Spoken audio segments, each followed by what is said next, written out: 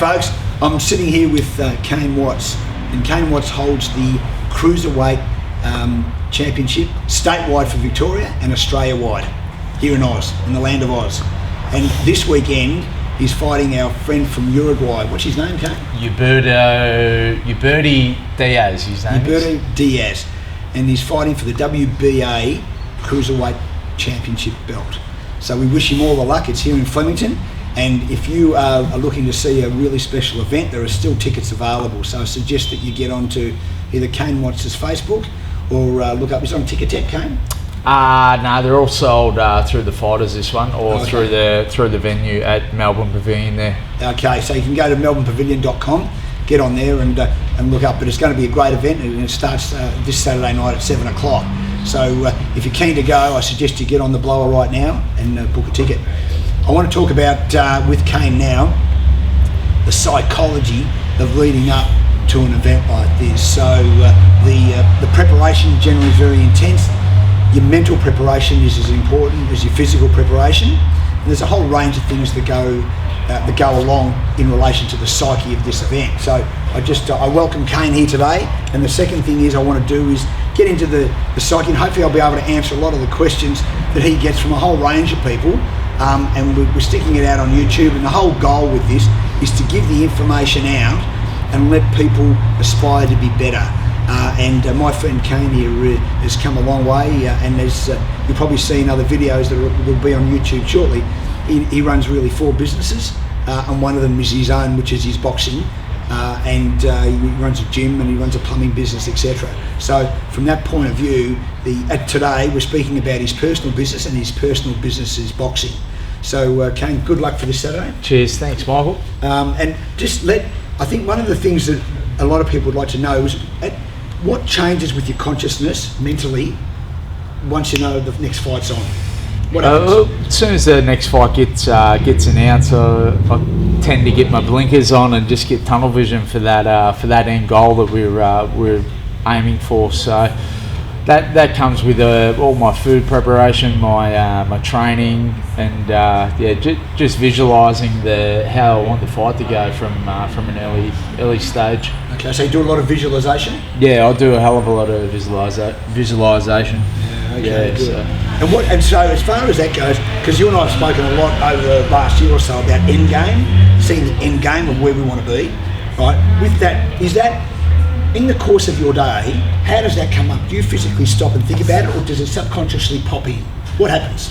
Well, when we've got a big fight coming up, it's pretty hard not to think about it. So it subconsciously kicks in, I think, each day. So I try and do a little bit of meditating each day, where I go down to the sea bars, and whether I walk in the water out in the bay water or in the steam room. So. Yep. Yeah, I'll try and just blank myself out and just concentrate on the goal ahead. How much time in a day do you have by yourself? Physically, just no one else. I'll try and get an hour and a half in at least a day. All right, I'd consider that generally a lot.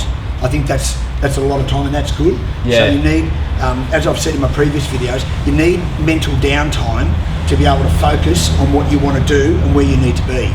So Kane's obviously got that down pat pretty well.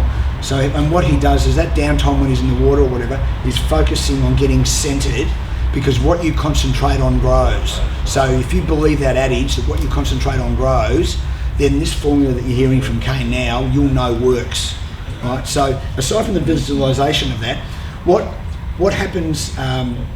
Like you've got in the 24, 48, and now we've got, what's today? Today's now Wednesday. Yeah, so 4 days out. You've got a four day lead up in relation to that. Run us through the process of what happens today, tomorrow, Friday, and that the morning, you know, and now on the morning of the fight, you've got some other personal stuff going on.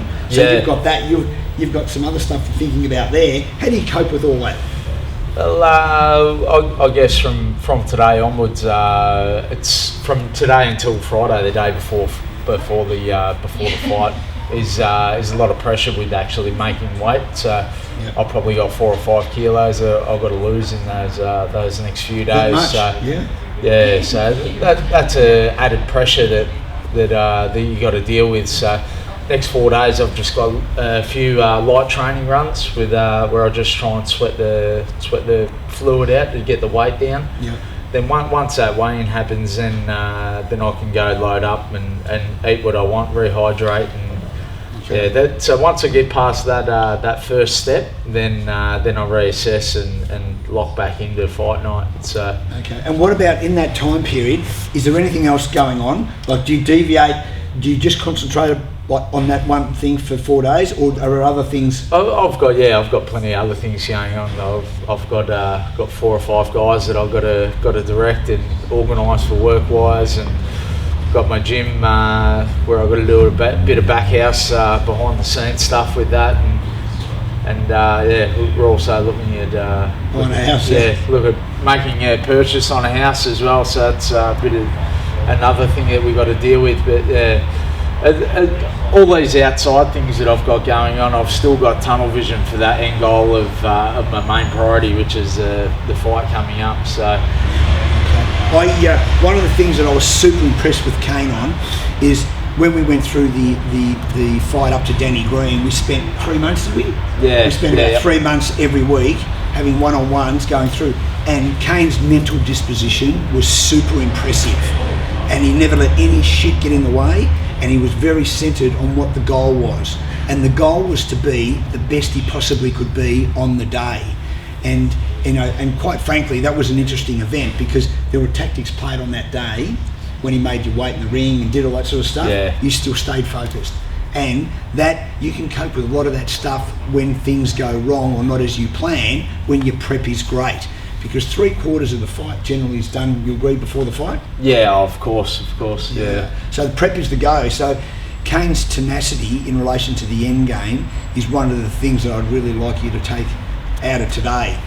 He's got 3 businesses he runs. He's got a partner and a baby coming up, and he's looking to buy a new home. So a lot of things going on. So aside from all that, one of the key factors that keeps him centred, I think, is the fact that he spends an hour and a half a day. Your mind needs to be dormant a little bit every day for it to regenerate and reboot, and that's when your subconscious comes in. When you have some mental calmness, do you find that? Yeah, mate. When you fail to prepare, you prepare to fail. Yeah, so that's a big thing my trainer always tells me. So absolutely, that's something we executed pretty well, I think, leading up to that fight. Something that even with something we worked on with walking out and not letting the crowd get the better of me. And that's something I look back on now. I think I executed that a little bit too well because I didn't take in any of the atmosphere. I can't remember what it was like.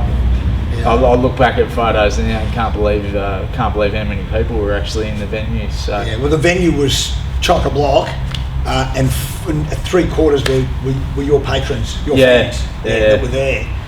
So I look, sometimes there's I think experience teaches that maybe the more you do that, the more you'll be able to take it in.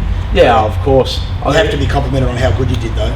Yeah, I think that's we weren't beaten on skill or anything else. I think he just that the only thing that got him over the line was experience. He was fighting at the Sydney Olympics in 2000 when I was still running around playing footy and hadn't pulled the boxing glove on. So. Yeah, that's right. Yeah. So, and that's all. Let's talk about that briefly. Kane hadn't put a boxing glove on until 2000. It's now 2016. So within 16 years, look how far you've come. Yeah, well, less than that. I didn't have my first fight till 2005. So there are. So you only been fighting really 11 years. 11 years, yeah. That's impressive. Yeah. So. Okay. And have you always been super fit? I've always been very sports active since I was a young kid. So I've always that's something that really sort of grabbed me when I started boxing and kickboxing, so that side of things as well, the fitness that come into it. Yeah, okay. Well, I suppose the good thing too now is that where do you see from this fight after this, how long do you see your boxing career lasting? Boxing's a funny sport. You can't really aim 3-4 years down the track. You got to take each fight as it comes. Yeah. So it all comes down to management, who's managing you, and what path and direction they can lead you in.